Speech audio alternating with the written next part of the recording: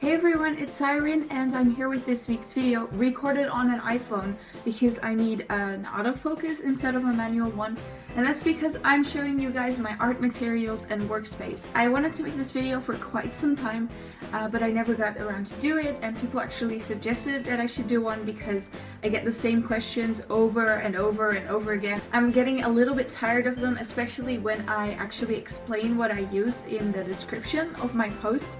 And when people ask what I use in the comments and then I answer and then other people ask the exact same question, it's just kind of annoying. So if you ever do that, please try to read the comments and the description before you ask me a question. That would be very much appreciated. Anyway, what I first wanted to say is that I am very thankful for the 2,500 subscribers that I have right now, and my 2,000 subscriber giveaway is actually still ongoing, so you can check that out on my channel as well. Anyway, I'm going to get into this video and I hope you guys enjoy. I hope it answers some of your questions and let's see where it goes. This is how I'll be filming this video. I hope it's somewhat clear. Yeah, if it's not, just let me know. Anyway, this is my desk. I actually have two and they're pretty annoying because they're not screwed together quite well, and when I push it, it makes loud noises and all. It's really annoying when I Skype. And when I draw, of course, because it's so shaky, and when I erase things, oh my god, it's really not that great. Anyway, I have a pretty good spot with lots of light and a pretty nice view right there. Lots of trees, woo! Anyway, this is my art spot, and I usually sit here on my big white chair. It's a great chair, really. It's been my friend for a long, long time. Anyway, this is all that I use for my digital art, really. That's my laptop. I've had that one for years now, and I used it for digital art at first with a Intuos tablet that I have shoved underneath the windowsill right here. It's my old tablet. It's really nice still. It's a professional tablet by Wacom. It's an Intuos 4. And I still recommend it because it has great qualities. It's still really good. It still works after years, but because my laptop was getting so slow and I needed something a little bit more portable, because this laptop literally weighs like an insane weight. It's impossible how much this weighs. So I decided to get this tablet, which you might have seen already, and this is the most common question that I get, and it's my digital art station. You can actually see a drawing that I did yesterday on it. This is Paint Tool Slide, which is the software I use on it. This tablet is also by Wacom, which you can see right here, and it's a Wacom Cintiq Companion.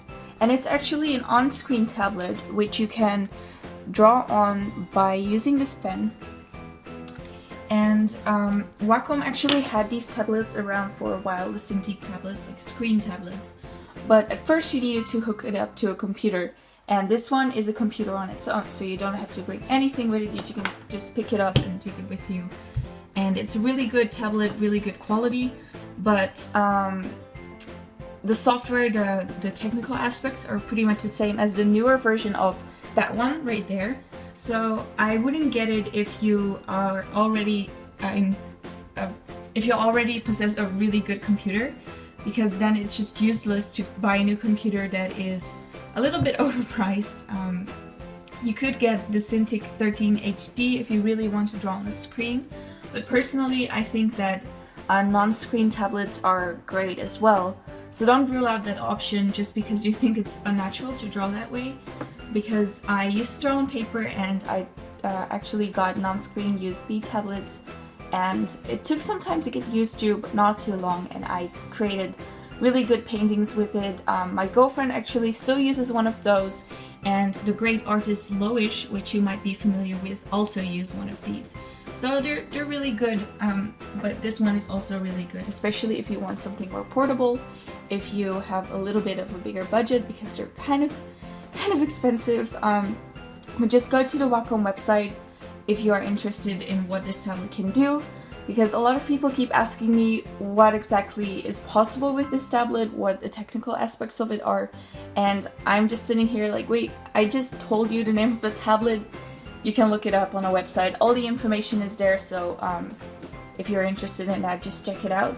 It's worth it. It is, but it depends also on how often you draw digitally. If you're more of a traditional person and you want to draw digitally sometime, I would probably recommend getting one of those professional tablets.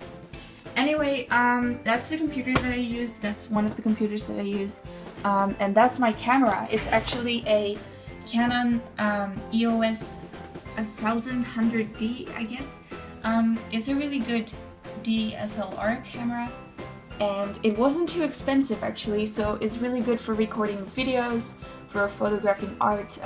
I really enjoy working with it. It's pretty great. So I make all my photos with that, if I'm not too lazy, because then I should just snap a photo with my phone. That's about it for my digital drawing materials. What I use for traditional materials, I'm just going to grab my pencil case. I just got a new pencil that I'm absolutely in love with. This is what I use for sketching. It's a HB pencil. It's actually black. I just got it at my local art supply store where I get everything that I use for traditional art. It's a Dutch shop, so you probably don't have it where you are, but these pencils and most of the materials that I have are actually international brands, so you should be able to get it at like an art shop around your place. So yes, this is the pencil that I use. I recently got this new pen as well, and I use it for fine lining. I don't know, okay, the brand should be on here, right? Okay, that's the brand. Oh. Gross nails. Yeah, it's a really nice pen. It's a roller pen, I guess. I'm not exactly sure on what it is, but it works great, and it's waterproof because I used it for this watercolor drawing that I did this morning. And as you can see, the lines do not really go anywhere, and the paint just stays inside the lines pretty well. So that's pretty cool. Okay, this is also one of the questions that I get a lot, and it's the brush that I use for watercolor paints. It's a water brush that actually has a water part in the back, so you can actually put water in it and you can squeeze it to get the water out. The annoying part about this brush is that it leaks quite often, but aside from that, it's really nice because it's portable, and the brush tip is quite nice as well. It lays comfortably in your hand. So yeah, I quite like this brush. You should just be able to find this by looking up a water brush in your local art shop, or get it somewhere online, I believe. I don't know which shop it was, sorry, I forgot. Anyway, that's most of the materials that I use for, for the watercolors. I also use this eraser, I don't know how to pronounce it. People always make fun of the way I pronounce it. It's a really soft one. It's really great. I also use this gel pen after searching for a new one for so long. It's insane. I know a lot of people have been struggling to find a good one. This is a, let's see, it's by Pentel, I think. It's a Pentel gel roller pen, but I'm not sure what exactly it is. Well, it's a medium hybrid. Okay, you should be able to find it. Just search for Pentel white gel pen or something like that. Okay, the watercolors that I use are messy and old. This is the palette that I use. It's actually tube paints that I got from my grandpa, and I'm just going to get them right now. This is one of the tubes that I have. I'm not sure whether they sell this still, but you should be able to get relatively cheap ones that resemble this one pretty well.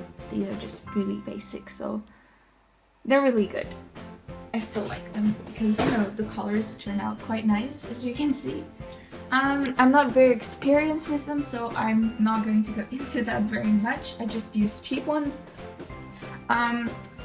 Another material that I use a lot for traditional art are, of course, the lovely Copic markers. And these are really great, of course, everybody knows them. I always use these type of Copic markers because they're cheaper, of course, and I don't use them that often, so it's good enough for me. What I would like to say about Copics is that I don't use them on their own. I just combine them with all the art materials that I use. They're pretty good, but I don't know, I think they're really overpriced. And I think that with cheap watercolors you can just get a great effect as well. So, I don't know, a little bit overpriced, but I still use them. And that's about it for my traditional materials. I use this watercolor paper for now. This is a thicker watercolor paper that I have. Oops. Let me just try to get the front. There we go.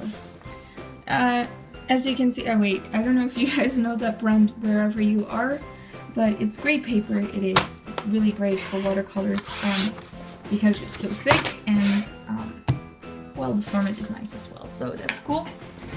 I also use this sketchbook a lot for sketching. It's a Flying Tiger sketchbook. It's really cheap. I got it for like €3, I think, and it has great, it's a great size. I can take it with me. The paper is good for coloring as well, so I really like it. This is the sketchbook that I use on the go most of the time. I also recently got this sketchbook. It is a sketchbook that I've been enjoying working on quite a lot, and people have been asking me what type of sketchbook it is and where I got it. It's a tone sketchbook, as you can see, and I don't know what the brand is. Oh wait, the brand is right here, but I got it at my local art shop once again, and it's just a recycled sketchbook, so you should be able to get that quite easily. Whatever brand is okay. The paper quality is of course not great, but that's the point of it. It's thin and brown in tone, which is really awesome. So you should be able just to get a recycled sketchbook in brown paper quite easily. I also use this watercolor set sometimes.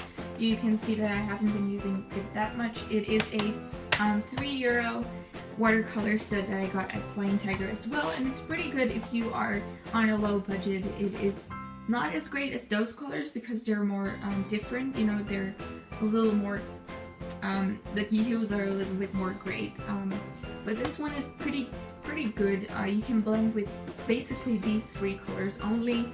They got a few extra colors. They're pretty good. Don't use this brush because it's terrible. Just get your own brush and use these as paints and you are good to go.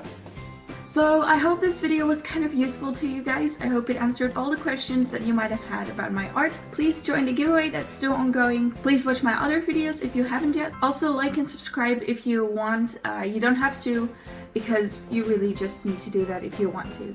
Thank you guys for watching, and I will see you guys in my next week's video. Bye!